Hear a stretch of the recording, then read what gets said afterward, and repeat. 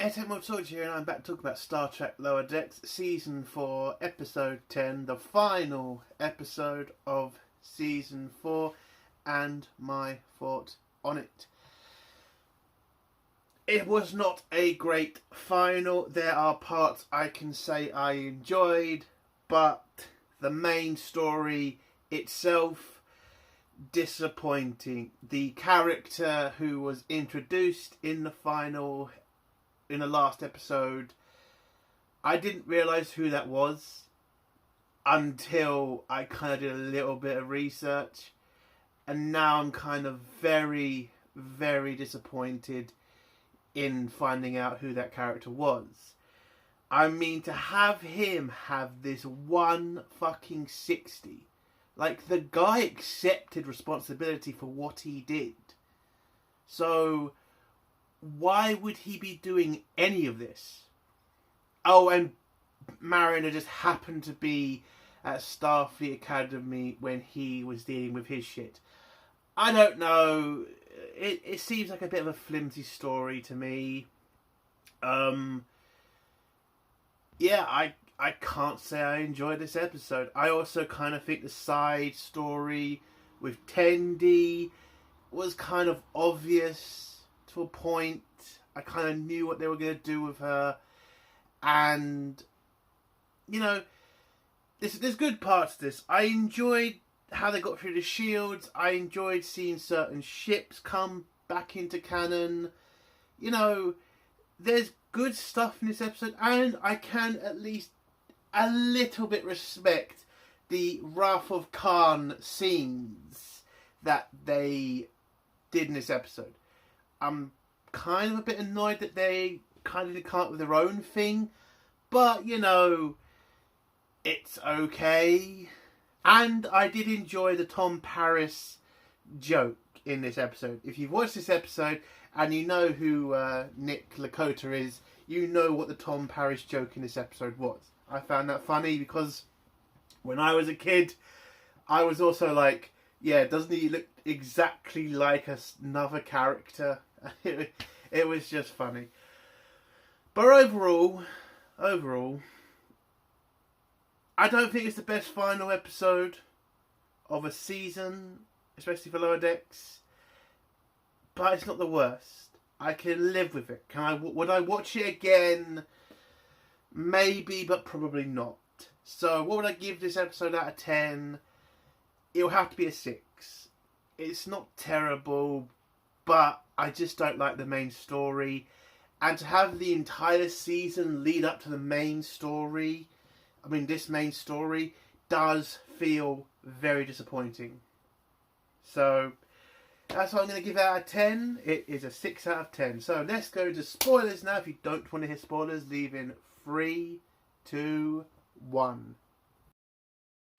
So the episode starts off with a recap of what's happened so far in the season. We then go back in the past 13 years, back to Starfleet, where we see Nova Squadron.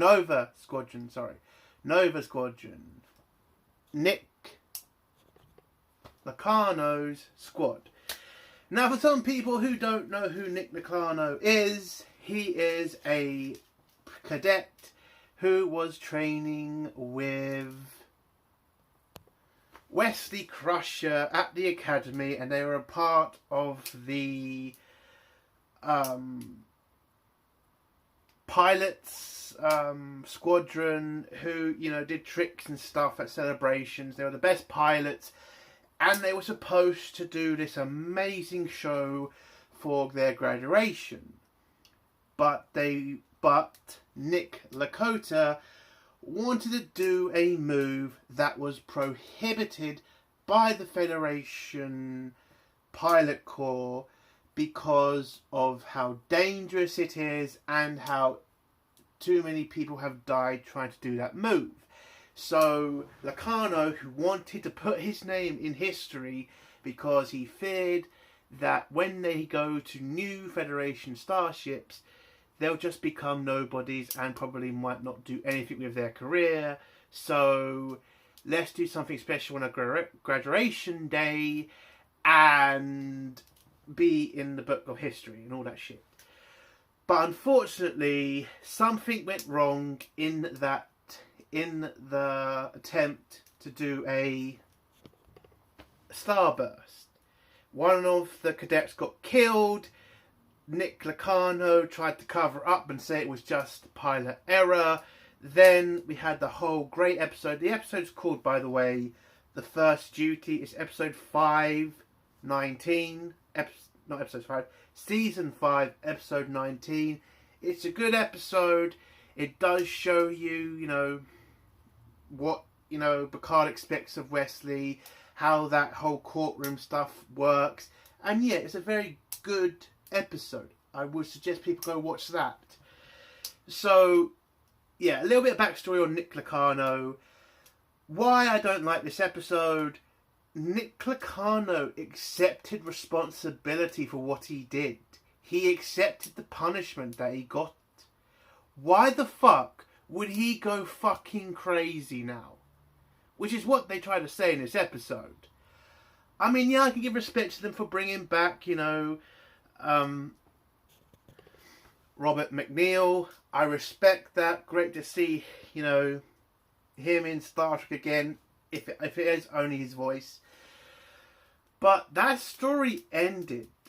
And, when I was a kid, I did wonder why they didn't just, get Nick Lucano to do Tom Paris, his character. Like, why did you create a new character for Robert, when when Tom Paris and Nick Lucano have basically the same story. Both kicked out the Federation for doing something bad, and then both kind of went, and did criminal stuff. I still don't get why they did that. Just make a whole new character when the guys are... Anyway, that's other things. But the guy accepted responsibility. The courtroom scene is pretty good. He doesn't just hide. He accepts responsibility and he leaves. Why would he then go crazy and start nicking ships? And they don't really explain it in this episode. I'm sorry, they don't. So, back to what I was talking about. So, yeah, they're talking about doing the whole, starburst things and how they're going to write their name in history and all that stuff. And Nick does his, usual thing of saying, we're going to make history, let's do it, blah, blah, blah. Then Mariner, who is also there, turns up and knows one of the people on the squad, the woman, and then she pretty much gets shoved back whilst the rest of them go practice piloting. We then go back into the future where Nick Lucano starts talking to Mariner about what he's doing and how he thought of her as one of the members of the Nova Squadron, even though he was not that bothered about Mariner when she came to the group. So why would you not, kidnap one of the original fucking people, unless they're all dead? Because I know he can't get Wesley Crusher because he's like a space Jesus now, and the only other one is the woman, and I think maybe that is the person Mariner was talking about. Oh yes, he was. Anyway, who died? So whatever. Anyway, so yeah, for all the people to kidnap just a random person. Why would you not try to kidnap Jean-Luc Picard, who was also there, or the person who got you kicked out of? It seems so forced to have this connection to the next generation again. And again, like Nick Lucano, why is he doing this? That's all I want to know. Other than, well, it looks like he's just pissed off. I mean, calling your fleet Nova Fleet? Come on. You're telling me this guy hasn't grown up? He got somebody killed. He got his friend killed. And he accepted that. But now he wants to just blame Starfleet? Like a child? I mean, I just don't like this story. This is what you've been working up to. A failed cadet who got his friend killed has now somehow managed to make a superior ship to every other fucking ship in the fleet. I don't like that. I don't. But anyway, so Nick tells Mariner about his plan, how he's stealing all these ships, how he plans to pretty much free the entire galaxy from, command, basically, is what his plan is. Because then he does a message to Starfleet, well, actually does a message to the Alpha Quadrant, and he tells everybody, especially the people on the lower decks, that you don't need bosses, you need to come join my Nova Fleet, ridiculous name, and, there will be no bosses, there will be no command structure, we'll all just be our own people. I mean, that is going to be the worst fleet in history, but okay. So that's his plan for anarchy in the Alpha Quadrant. It's just so fucking stupid. Oh, it also turned out all of the crewmen who were planning to betray their captains on all the alien ships, they all survived and are now part of Nick's fleet.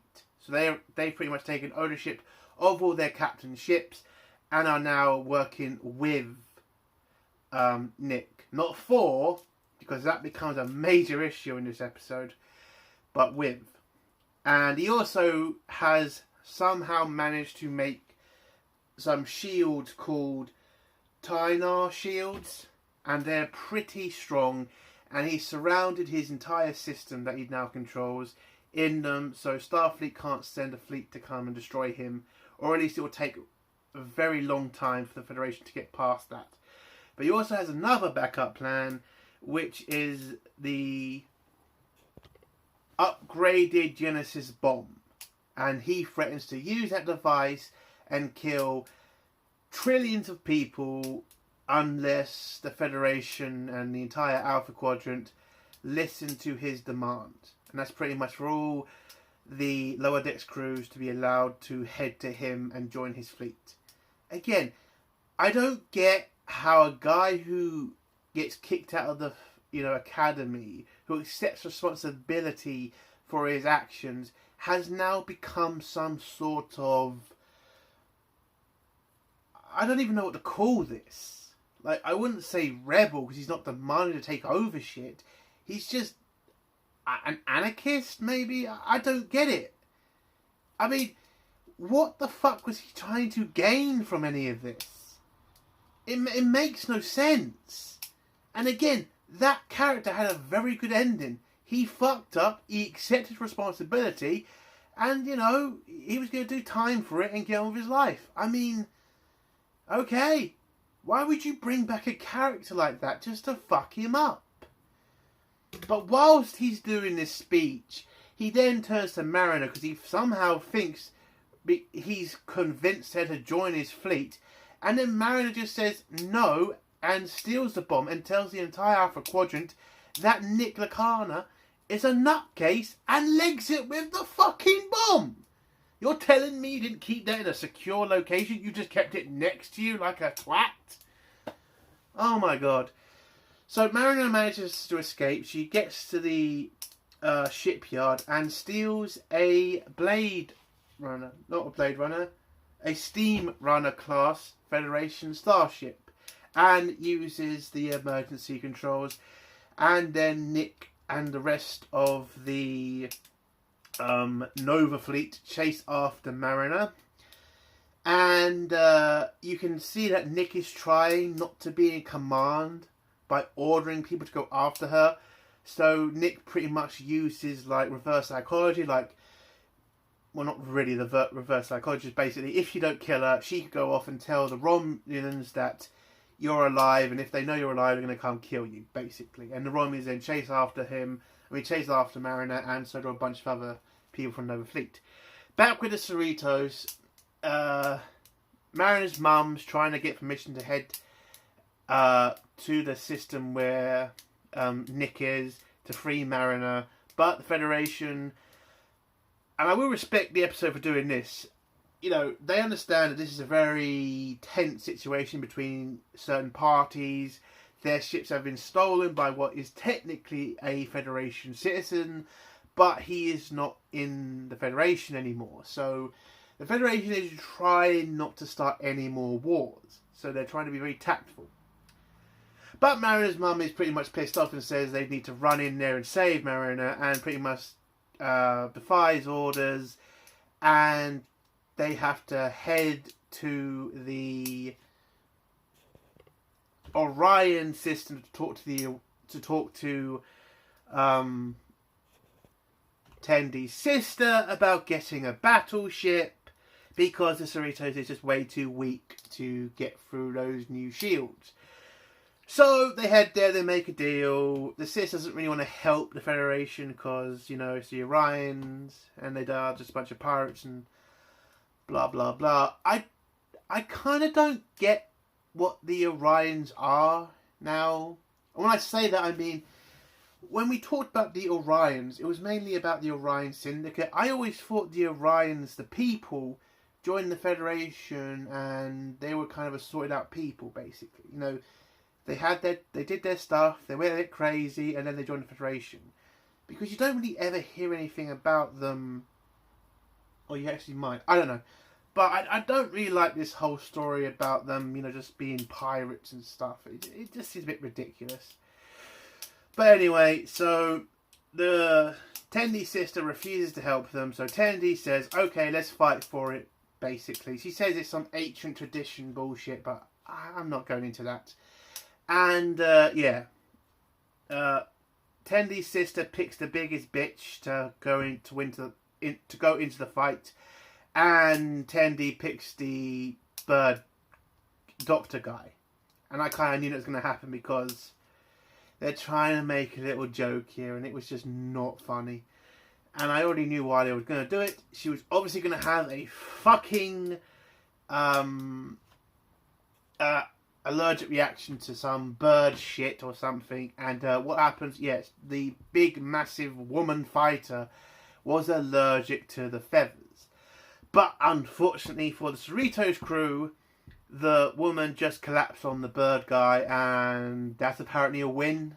So yeah, Tendi's sister wins the bet, and they now get control of the Cerritos, because that was the bet, by the way.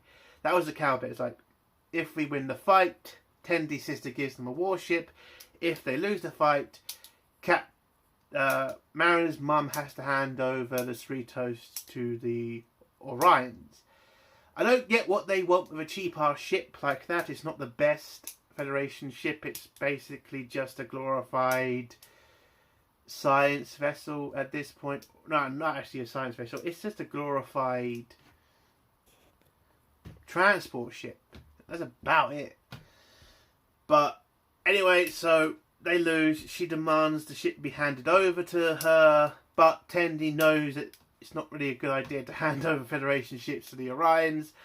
So she does the decent thing and surrenders to her sister and says, if you give them a warship, I will surrender and come back to the family business and be the kick-ass assassin Orion for you again.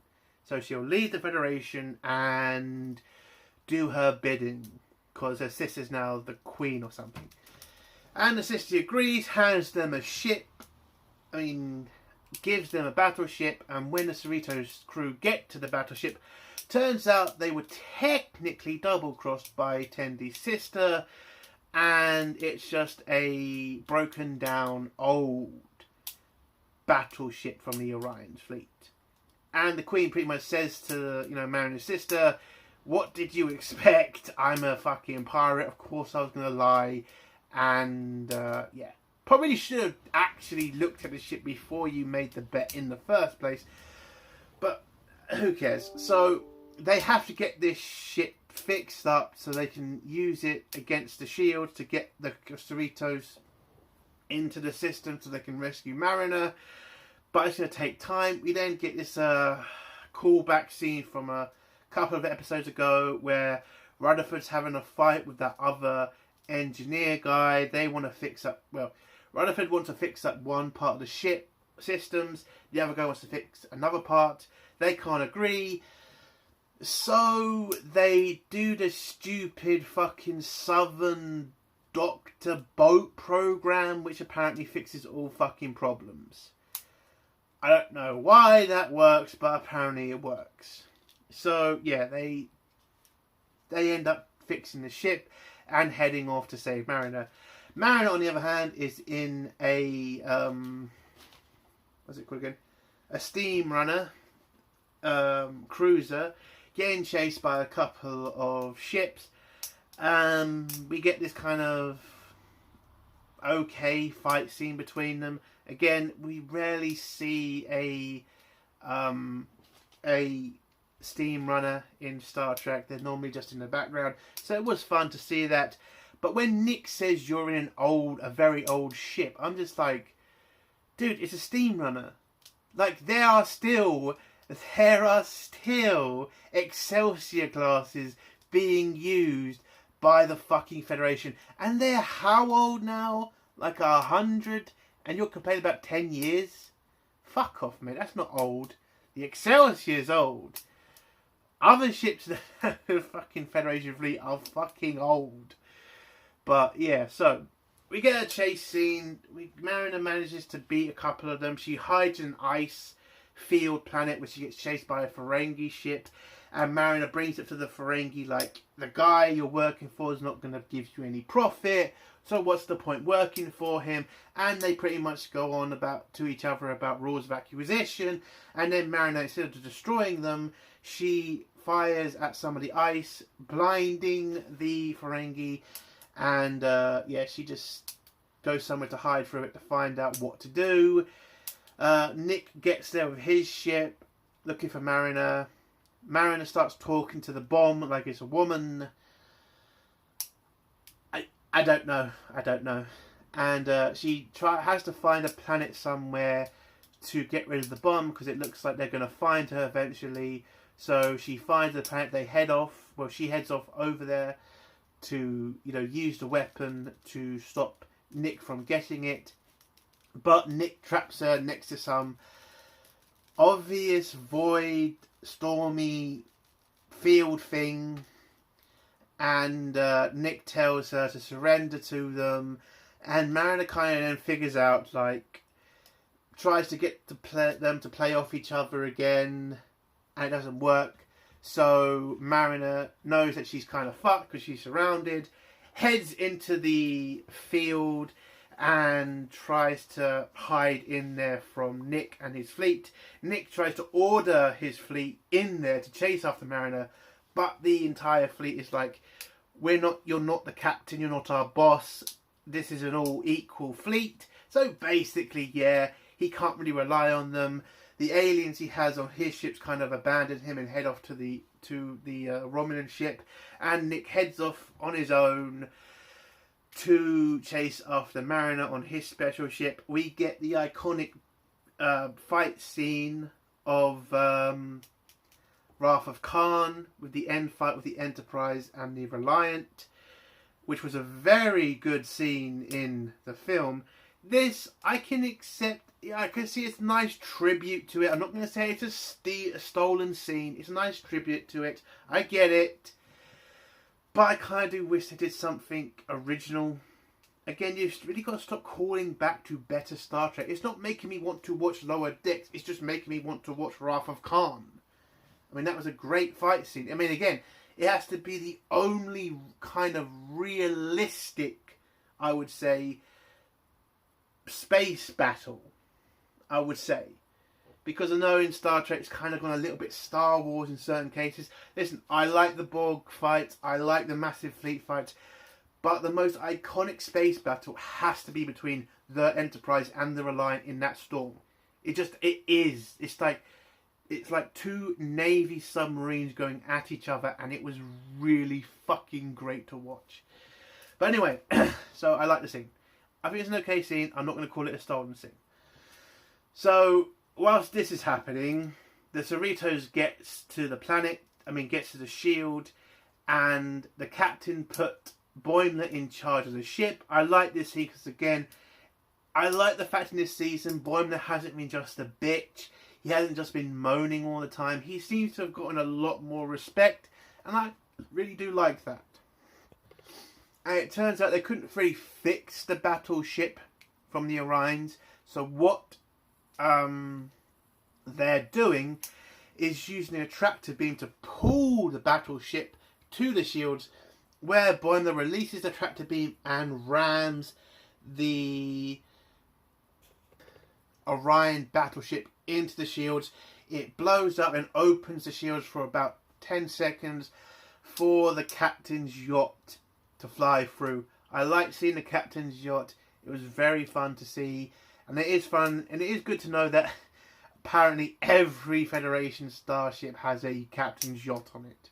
I kind of thought that was only for the Sovereign class, but apparently it's on every ship. So they get through the shields. Mariner is still fighting Nick, who disables her ship and beams aboard, where Mariner is trying to get through to him and trying to beg him not to do anything stupid. Mariner's already activated the bomb. He starts shooting at her, but she dodges it. But the captain's yacht arrives, beams Mariner aboard. Nick tries to disable the bomb, but unfortunately it is a Ferengi bomb, and you need 2 strips of latinum, and I fucking did laugh. I have to admit, as soon as they said that, I was like, of fucking course they would charge you for turning off the bomb. I had to laugh because it was just a very Ferengi thing to do. I mean, if they're going to charge you to sit on a chair or to use an elevator, of course they're going to charge you to turn off a bomb. How would you not know that? And the bomb explodes, killing Nick Locarno and creating a new world. And we get the iconic scene from Wrath of Khan where you see the Federation ship flying past in warp and creating a world. And I thought that was a fun scene. And yeah, the day saved. Federation get into contact with the Cerritos, where the captain explains what she did.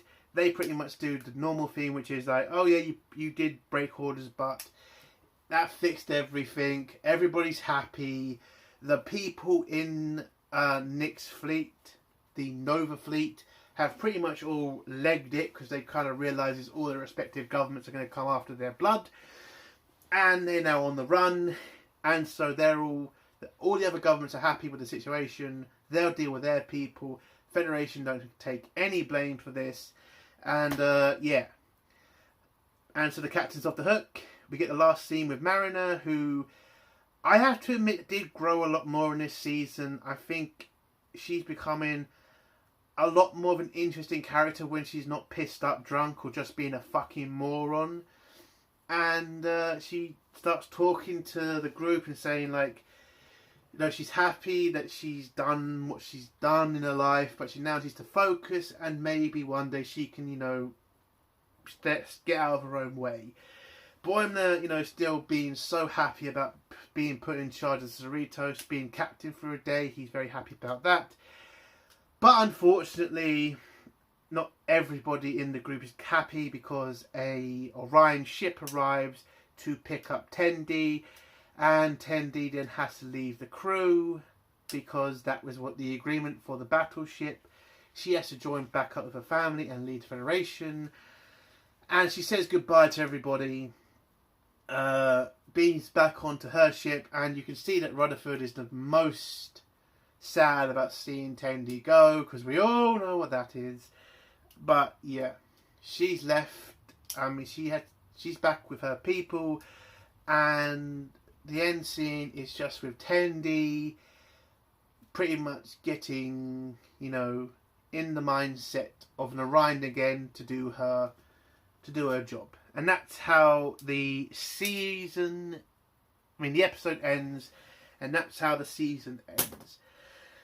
Again, it's a 6 out of 10. I'm not going to say it's terrible, but it's not great. Again, the Nick Locarno storyline, it still doesn't make that much sense. I still don't know why he went crazy. When you watch that episode of the episode called The First Duty, he accepts responsibility. Maybe if he had lied and he was dragged out of the court lying like an arsehole, then this guy could happen. Then this storyline could happen. But it didn't happen that way. So I don't like the main story. I think components of this episode were good. I like the tribute stuff to Wrath of Khan. I like the growth of the two main characters. I do. But if the main story is weak, why am I going to come back to watch this series? So I do think it's a big disappointment. Not massive, but still a big disappointment for me. I don't think this is the worst season final in Lower Decks history, but I don't think it's the best. And unfortunately, I do think this show is still going to get cancelled. I think in a couple of weeks, if not in a couple of days, we are going to hear the announcement of Lower Decks given a final season, and that's it. Now, I think there's no stopping that now. I just don't think this show ever really got its audience. It might have a small, very dedicated audience. I would accept that. But nowhere near enough to keep it going. I don't see a big future for the Lower Decks crew. But I am going to say this.